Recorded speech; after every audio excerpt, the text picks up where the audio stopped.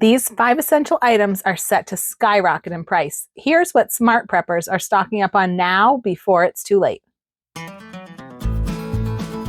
Hey guys, it's Jara with Wicked Prepared. Welcome back to the channel. The US is in the middle of a trade war, and things are changing so fast it will make your head spin.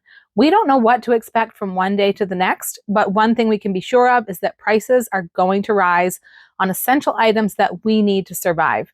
Not just the next crisis or disaster, but everyday life. All on top of climate-fueled crop failures and shortages and supply chain issues that are worsening in the global political climate. This could be the perfect storm for big trouble up ahead. We're already stretched so thin, most of us can't take any more. I've been researching the most important items that promise to be the hardest hit with price increases. Let's dive in and I'll give you the heads up on what you need to stock up on right now and ways you can save the most money by shopping smart. Let's start with food and grocery items that are going to be hardest hit. Food is essential not only to our emergency preparedness plan, but just for every day. And this is one area where we're really going to feel it in our wallets. Industry experts say that nearly half of all products in the grocery stores will be affected by the tariffs in some way, whether it's the product itself or an ingredient used in the product or the packaging. The first item on the list are canned goods. These are essential to any prepper pantry because of their long shelf life. Whether it's freeze-dried food or traditionally canned goods, anything sealed in a can is going to last a good long time without any loss of quality. These prices are creeping up, and sometimes it's not about what's inside the can, it's actually the can itself. About half of the aluminum and a quarter of the steel used in the United States are imported, and prices are spiking due to the latest round of tariffs. These costs are being passed on to us as consumers. Other packaging materials, such as plastics, are also being affected similarly. The good news is, because these foods have such a long shelf life, you can stock up now before the prices spike again on as much as you can afford to buy and have room to store. Put a big focus on single ingredients such as beans, tomatoes, veggies, and meats that you can use every day to create meals, while also stocking a few ready-to-eat items such as soups and chilies that you can easily heat up and eat in the early hours of an emergency. Keep in mind that the ready-to-eat convenience items are nice to have, but sometimes they suffer more with longer storage, and they often contain more sodium, preservatives, and other junky things than those single ingredient items. Try out store or generic brands for cost savings. You usually can't tell the difference, especially with those single ingredient items. Also look for bulk savings, buying at warehouse clubs and case lot sales. Even Walmart and Amazon sometimes offer savings by the case. If money is tight though, as it is for so many of us, even just adding a few extra cans each week will help you get ahead. Next up is produce, fruits and vegetables. Whether we like it or not, the food we eat is dependent on the global supply chain.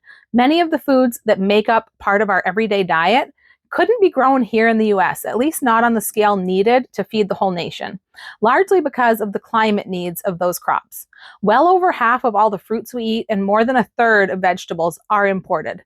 Depending on what sources you look at, this number could even be significantly higher.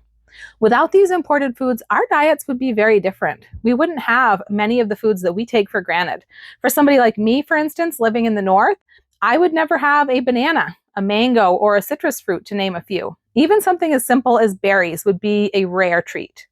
These foods, fruits and vegetables, are seeing a double whammy because not only are they being affected by the tariffs and trade war, but many food items are also being affected by ongoing and worsening climate and weather chaos, such as drought, floods, and crop diseases that have decimated harvests. This stress on the supply and demand system has already caused price increases that are only going to get worse with the effects of the tariffs. Even despite certain exemptions in the tariff system, there's too much being affected to leave it to chance. But how do you stock up on fruits and vegetables? These are perishable items. The best thing we can possibly do is stock up on shelf-stable versions of them.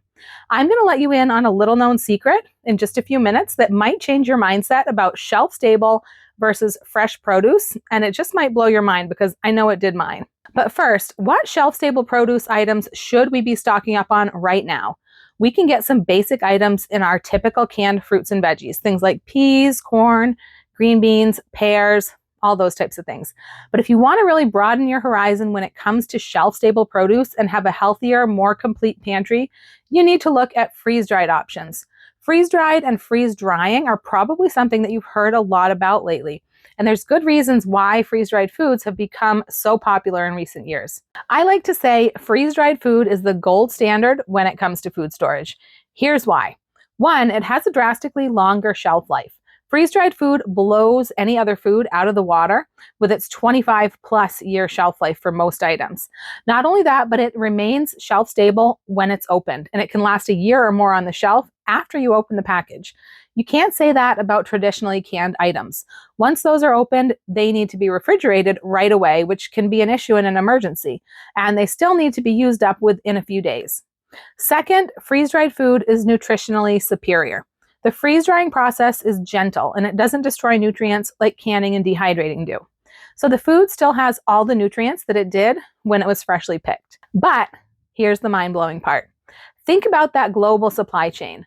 No matter where your food was grown, even if it was grown somewhere here in the US, unless you picked it right out of your own garden and ate it immediately, it's not freshly picked. It's been warehoused and shipped and repackaged and shipped again. You wouldn't believe how old your fresh produce actually is by the time it gets in your hands. But another thing to ponder is this. How does it survive that trip and that amount of time? It's because they pick it early, way early. It completely misses that final stage of ripening when most of the nutrients and flavor are developed. And what nutrients there are in the food deplete at a very rapid rate after being picked. So that's what's happening during that voyage to your grocery store. By contrast, commercially freeze-dried items begin their processing immediately after harvest, so they don't have to be picked early, and the nutrition gets locked in before it has a chance to deplete. The same is actually usually true of those traditionally canned items as well, but the heat of the canning process destroys a big portion of the nutrients in those foods, and then more of it gets sapped out into the liquid in the can. But that was huge for me, and I hope I've helped you see the significance of that as well, realizing that I wasn't necessarily trading shelf life for nutrition, and I could actually have more nutrition in my pantry than my crisper drawer. That was a game changer when it came to how I buy food. Besides, there are a lot of produce items that you won't find traditionally canned. Things like broccoli and strawberries, just to name a few. That's what I meant when I said freeze-dried food will broaden your horizons. Of course, these canned produce items, whether traditional or freeze-dried, are both at a risk of a double whammy with price increases, both the food itself and the can it's packaged in. So that's why it's doubly important to stock up now. And the timing couldn't be better because the world's biggest and best freeze-drying company has a huge sale going on right now. If you're watching this within the first few days of this video being posted, then you still have time to take advantage of the sale. They have extreme discounts going on right now, pages and pages of discounts from 25 all the way up to 50% off. But it actually gets even better than that. And I cannot believe they're doing this. I've never seen them do this before, but they're running a second promotion simultaneously with those sale prices. They're giving coupons to use next month based on what you order this month during the sale. So basically that's like extending the sale for yourself for a whole other month. So if you order $150 during the sale, you're going to get a coupon for 15% off your order next month. If you order $300, you're going to get a coupon for 20% next month. And if you order $500 or more, you get a coupon for 25% off. That is insane. And you can use your coupons on whatever you want. So you can basically get anything you want on your very own sale. So whatever you're interested in that isn't on sale this month, you can use that coupon on next month and make your very own sale. Plus, they're going to have some monthly specials next month, so you could combine your coupon with those to get even better deals. I'm stocking up on as much as I possibly can now so that when prices do go up, I'll be covered. I do have one more tip for you that can save you even more money, if you can believe that. If you're going to spend $200 or more, and let's face it, nowadays when we're talking about buying food, it's hard not to spend $200 anywhere.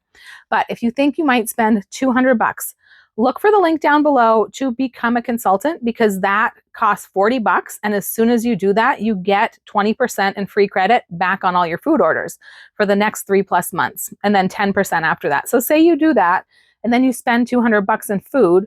Next month, you'll have a 15% off coupon and $40 in free credit to spend on another order. If you do it and spend $300, you're going to have a 20% off coupon and $60 in free credit. And if you join and spend $500, then you're going to have a 25% off coupon and $100 in free credit. which is insane.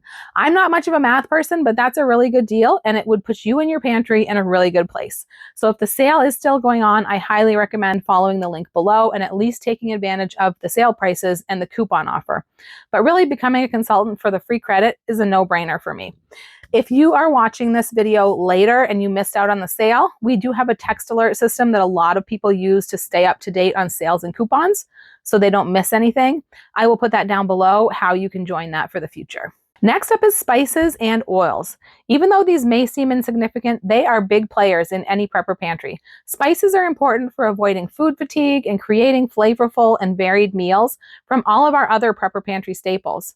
Many also have other uses, from pest prevention to medicinal uses.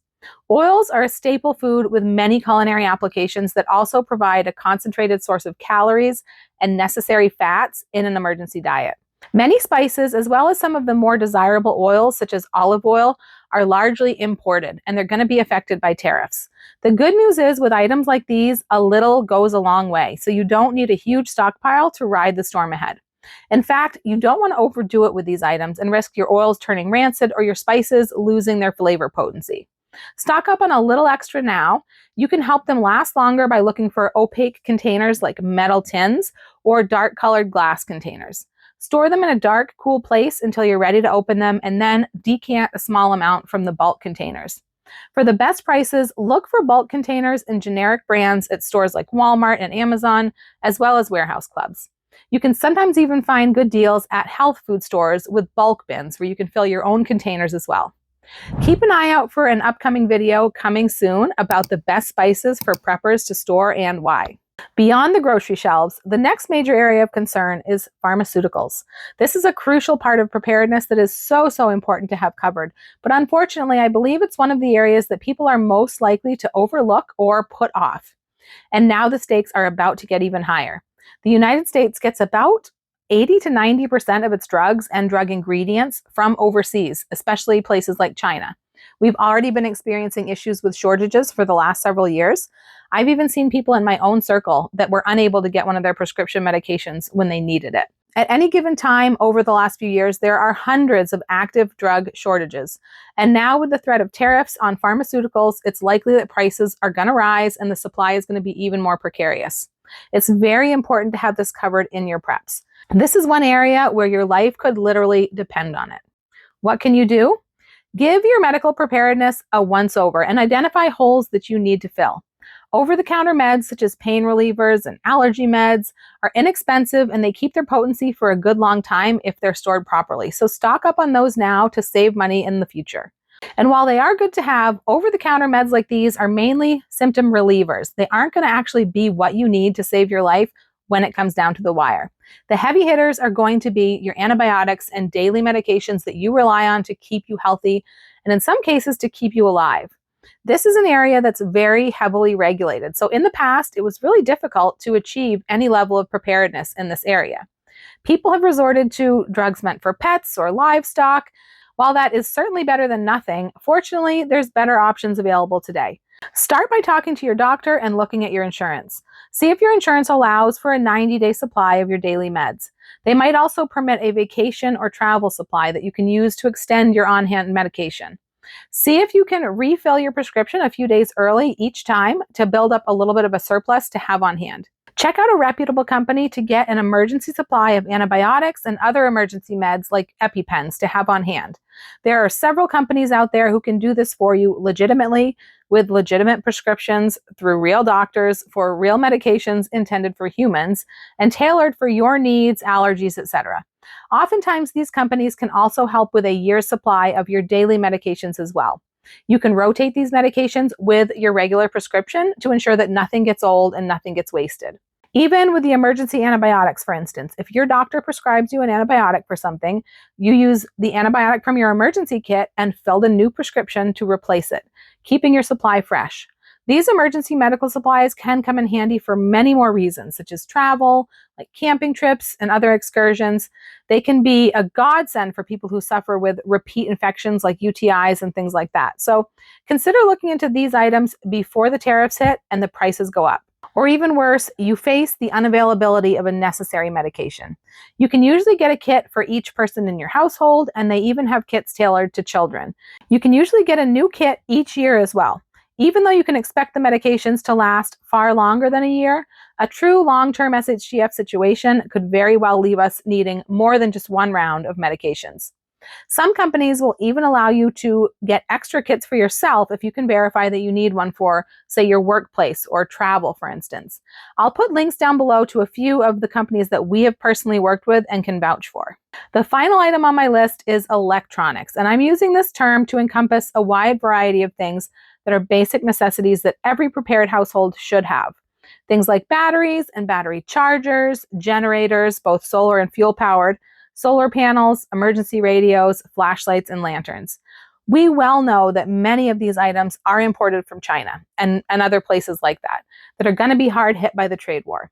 Even for items that are manufactured in the United States, many of the components and materials that are used in their manufacture come from overseas. Those costs will be passed on in the end product. These are the items that will power our world when the grid goes down and play a part in our survival, or at least our comfort. I will say that these items are not as critical as food or medication that I talked about earlier. Food and medications are or can be imperative to survival. Electronics, not so much. Of course, if you have a medical reason to need these things, like a medical device that you need to power or a medication that needs to be refrigerated, then these things move up on the priority list. But humans have survived without these things throughout most of our history. In fact, I myself grew up in a house without electricity, and we didn't have solar power or generators or any of that fancy stuff. We had kerosene lanterns, a gas stove, a wood stove, and that was about it. But if any of these things are on your list to purchase or upgrade, now would be a good time to do it because price hikes are coming. And if you already have these areas covered, now would be a good time to buy any accessories or spare parts that you might need for them. I hope this has been a helpful list of 5 vital preps that are going to go up in price in the near future. Check the description below the video for links to the things that I talked about in the video. I'm also going to leave any discount codes that I have that might help you out in your prepping. It's time to step it up as much as we can to prepare for those inevitable price hikes as well as a concerningly uncertain future. If you made it all the way to the end of the video, leave me a candle emoji down in the comments and check out this video next for some more prepping tips. I'm Jara with Wicked Prepared. Survive today, thrive tomorrow. We'll see you next time.